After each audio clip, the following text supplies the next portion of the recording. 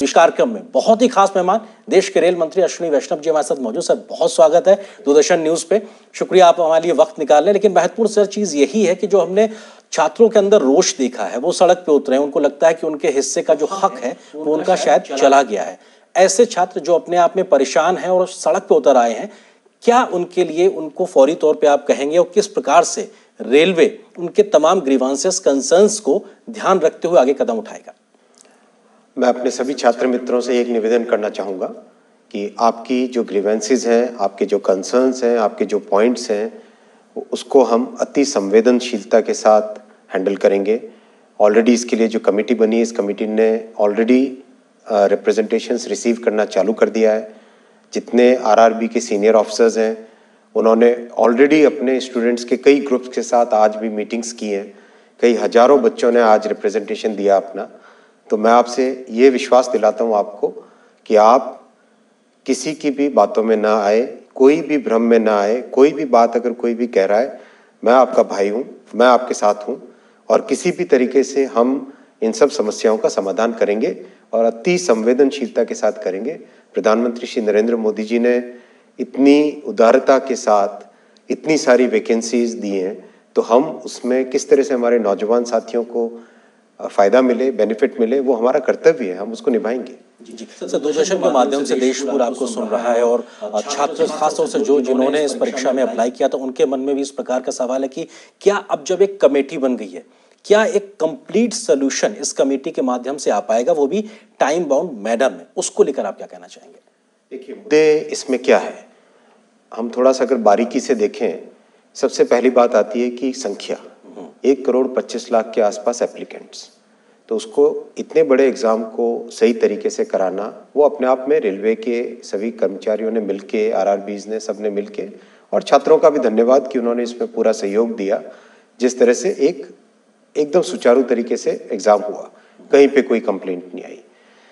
Number of vacancies के against कितने को शॉर्टलिस्ट करना है, वो एक पुरानी प्रथा है, वो हमेशा से नियम चला आ रहा है।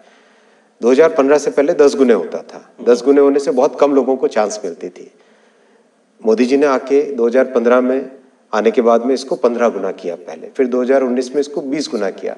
यानी अधिक से अधिक छात्रों को वैकेंसी के अगेंस्ट चांस मिले मेन एग्जाम देने का। तो ये अब इसमें मुद्दा क्या आया? मुद्दा ये आया कि 20 गुना वैकेंसी के हिसाब से अगर हम कैलकुलेशन करें तो एग्जैक्टली 35,000 के अगेंस्ट 7 लाख बच्चे शॉर्टलिस्ट हुए हैं। अब हर एक कैटेगरी में कैटेगरी वाइज अगर हम देखें तो लेवल 2 की कैटेगरी 5,663 के अगेंस्ट 1,13,000 20 गुना हुआ। लेवल 3 में 4,940 के अगेंस्ट 98,833 20 गुना हुआ। तो कैटेगरी वाइज भी एकदम करेक्ट है नियम के हिसाब से। अब इश्यू क्या है कि कई बच्चों ने एक से अधिक कैटेगरी में compete किया है जी, और उसमें शॉर्टलिस्ट भी हुए।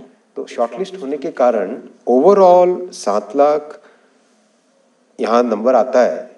लेकिन जो छात्रों का कहना है कि जो बच्चे एक से ज्यादा कैटेगरी में compete करके, उनको आप सिर्फ एक ही गिनिए। तो ये एक ऐसी चीज है जिसको समाधान किया जा सकता है। इसके लिए कोई सड़क पे उतरने की जरूरत नहीं है, इसके लिए कोई आग लगाने की जरूरत नहीं। रेलवे आपकी अपनी खुद की संपत्ति है। छात्रों से मेरा निवेदन है। सर आपने जो समाधान शब्द कहा, चिंता छात्रों को यही है कि वो समाधान क्या होगा, क्योंकि बहुत बड़ी संख्या में छात्रों को लग रहा है कि शायद उनके हिस्से का हक चला गया। तो क्या वो 20 गुना संख्या रहते हुए हर प्रकार के छात्र को उसको वाजिब हक मिल सके, इसको लेकर क्या समाधान हो सकता है? मिलता है कि इसका समाधान संभव है और जिस संपर्क के साथ जो आज रिप्रेजेंटेशंस आए छात्रों के, उन छात्रों के रिप्रेजेंटेशन को देख के भी लग रहा है कि इसका समाधान संभव है। कमिटी बहुत ही सीनियर और एक्सपीरियंस्ड लोगों की है, जिन लोगों ने रिक्रूटमेंट में बहुत सारा एक अनुभव हासिल किया हुआ है। तो मेरा निवेदन है छात्रों से, मात्र 3 हफ्ते की बात है, 3 हफ्ते में आप सबके सब रिप्रेजेंटेशंस देंगे और 3 हफ्ते के तुरंत बाद इसका समाधान निकल जाएगा। मुझे विश्वास है कि इसका समाधान निकल जाएगा। जी। सर, एक कंसर्न ये भी है कि साहब एक बच्चे का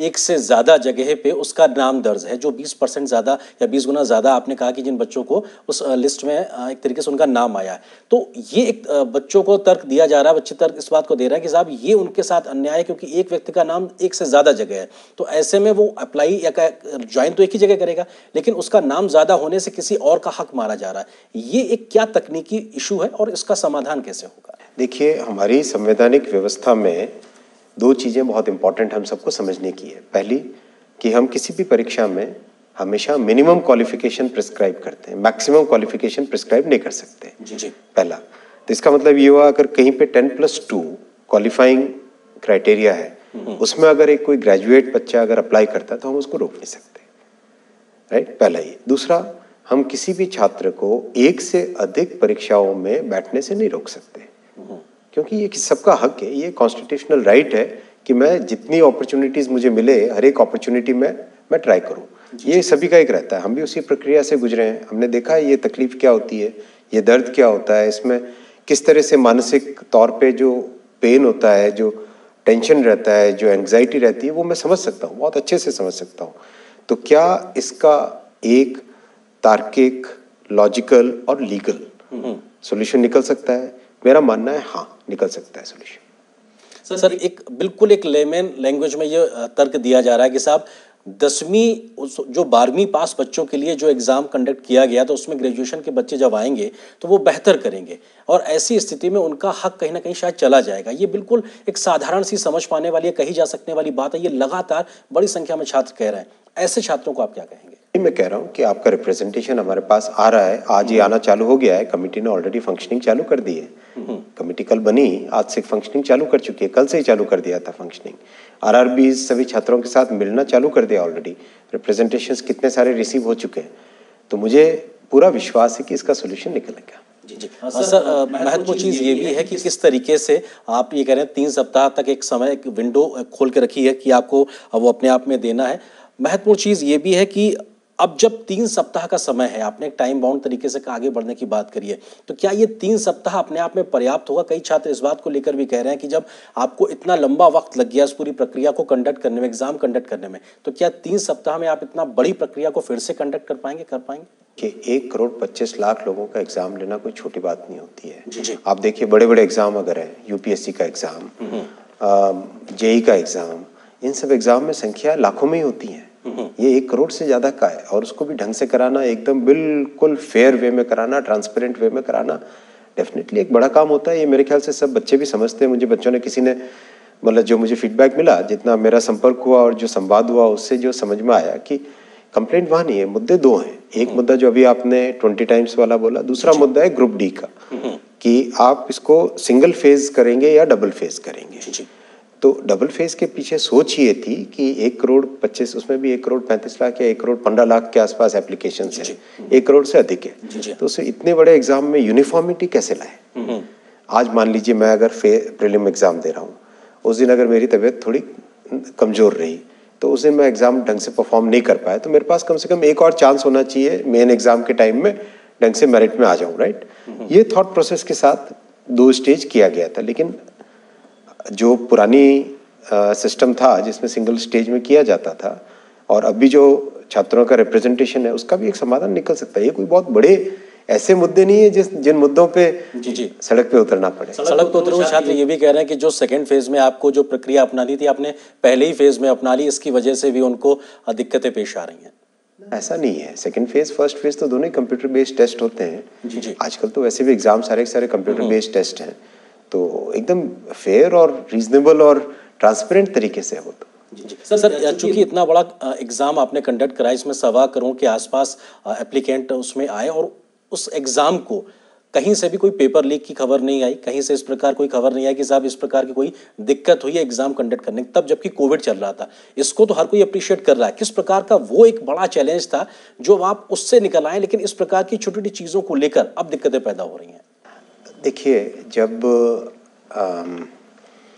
इतनी कठिन परिस्थितियों में भी इतना डिफिकल्ट एग्जाम कर लिया है, तो इस प्रॉब्लम को भी सॉल्व करेंगे, आप निश्चिंत रहिए। और छात्रों को भी मैं कहता हूँ कि आप छात्र भाइयों को मैं कहता हूँ कि निश्चिंत रहिए, आप इसका सोल्यूशन निकलेगा।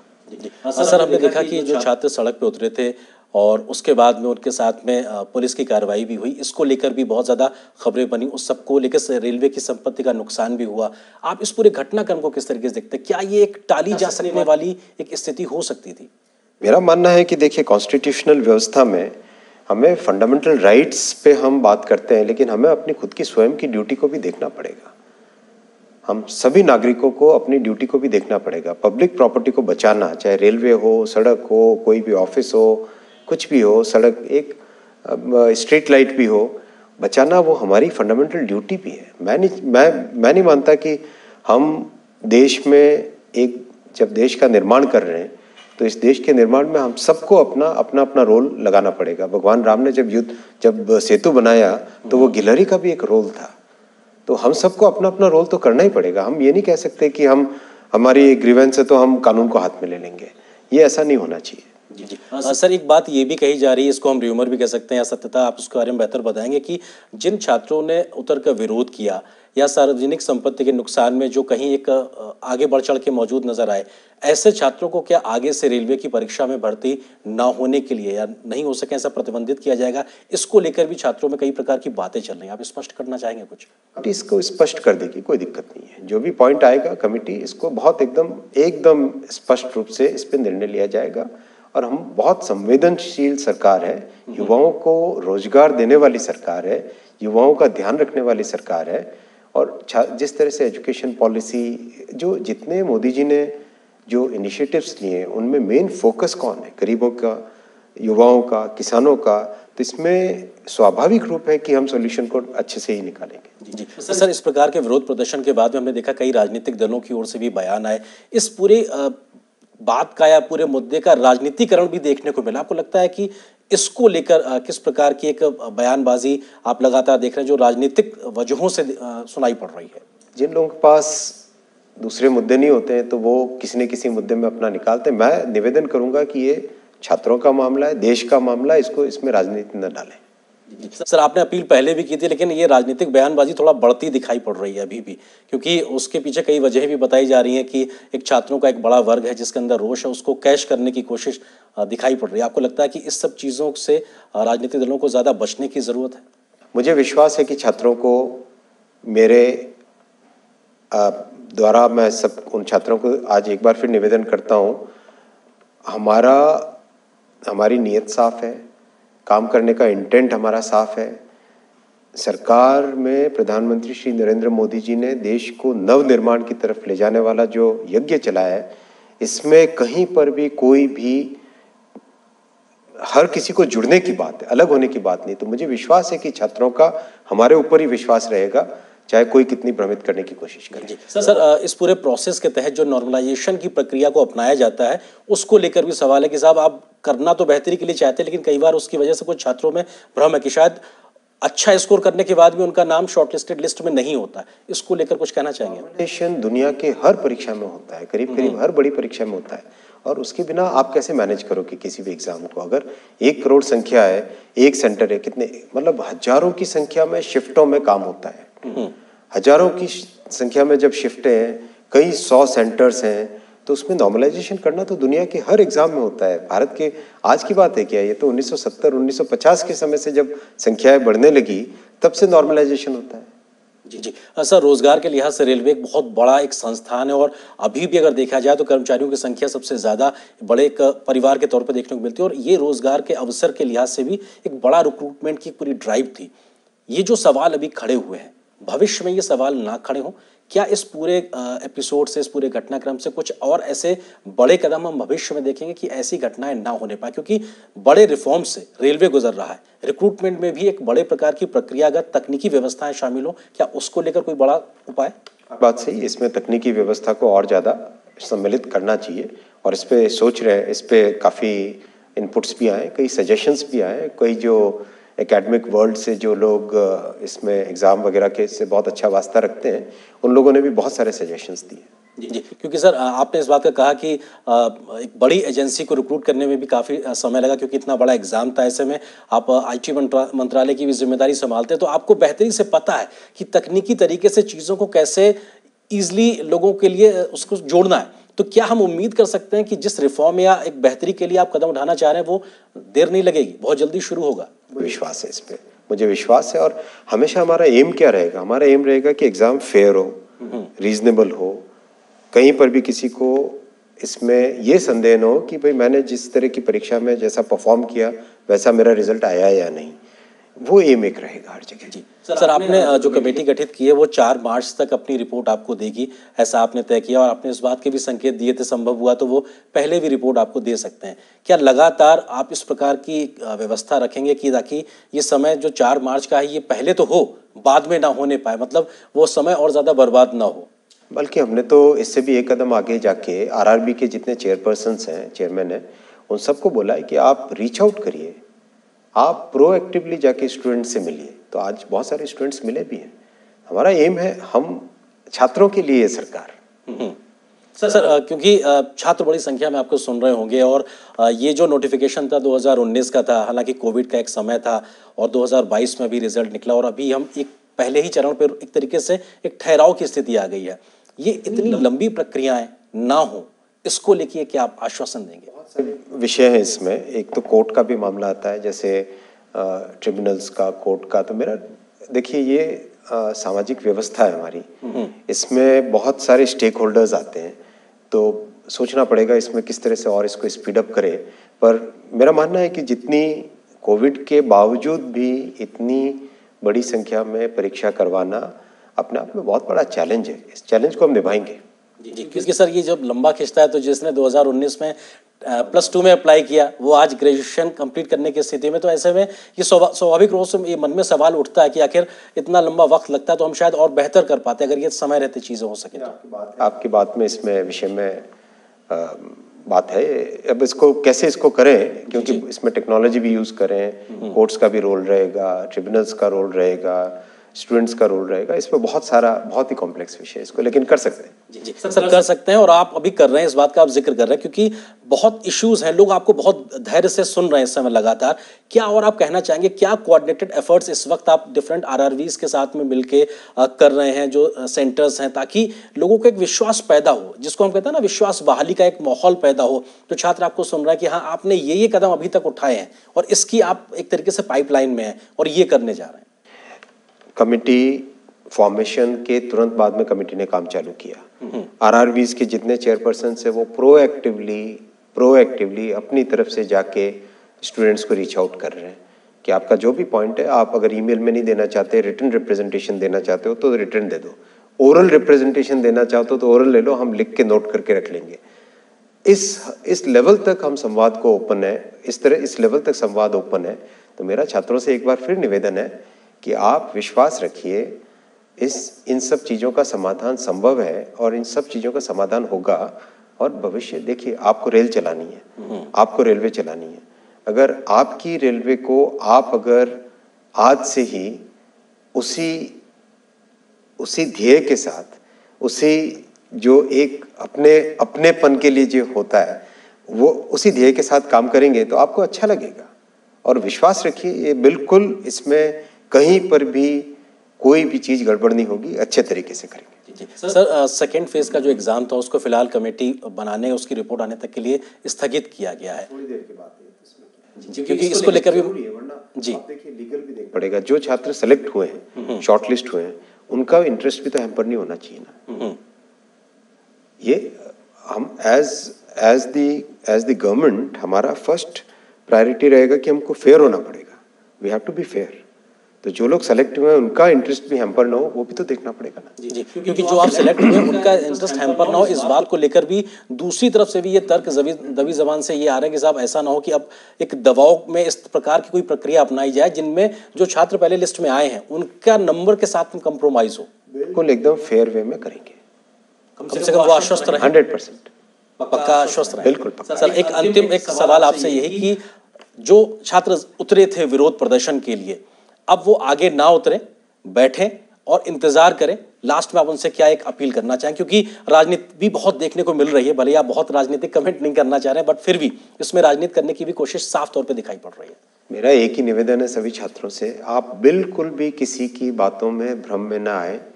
आपके पास एक डायरेक्ट चैनल है आज संवाद का, उस चैनल को यूज करें, अपनी बात को स्पष्ट तरीके से रखें और जितनी बार रखना चाहते हैं उतनी बार रखें।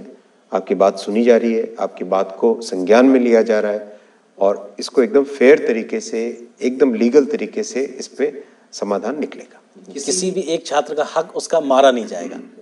जी, बहुत शुक्रिया सर हमसे बात करने के लिए और इस विषय पे विस्तार से बात रखने के लिए, क्योंकि देश के बड़ी संख्या में छात्र ये जानना चाहते हैं कि रेल मंत्री और रेल मंत्रालय किस तरीके से इस विषय पे आगे काम कर रहा है, और न सिर्फ अभी के लिए बल्कि भविष्य में भी ऐसा कोई स्थिति परिस्थिति पैदा ना होने पाए, ताकि ऐसी स्थिति आए कि छात्रों को सड़क पे उतरना पड़े। तो फिलहाल सर बहुत शुक्रिया हमारे साथ जुड़ने के लिए। रेल मंत्री अश्विनी वैष्णव जी हमारे साथ में जुड़े थे, उन्होंने तमाम बातों को विस्तार से रखा। तो इस विशेष कार्यक्रम खास मुलाकात में बस इतना।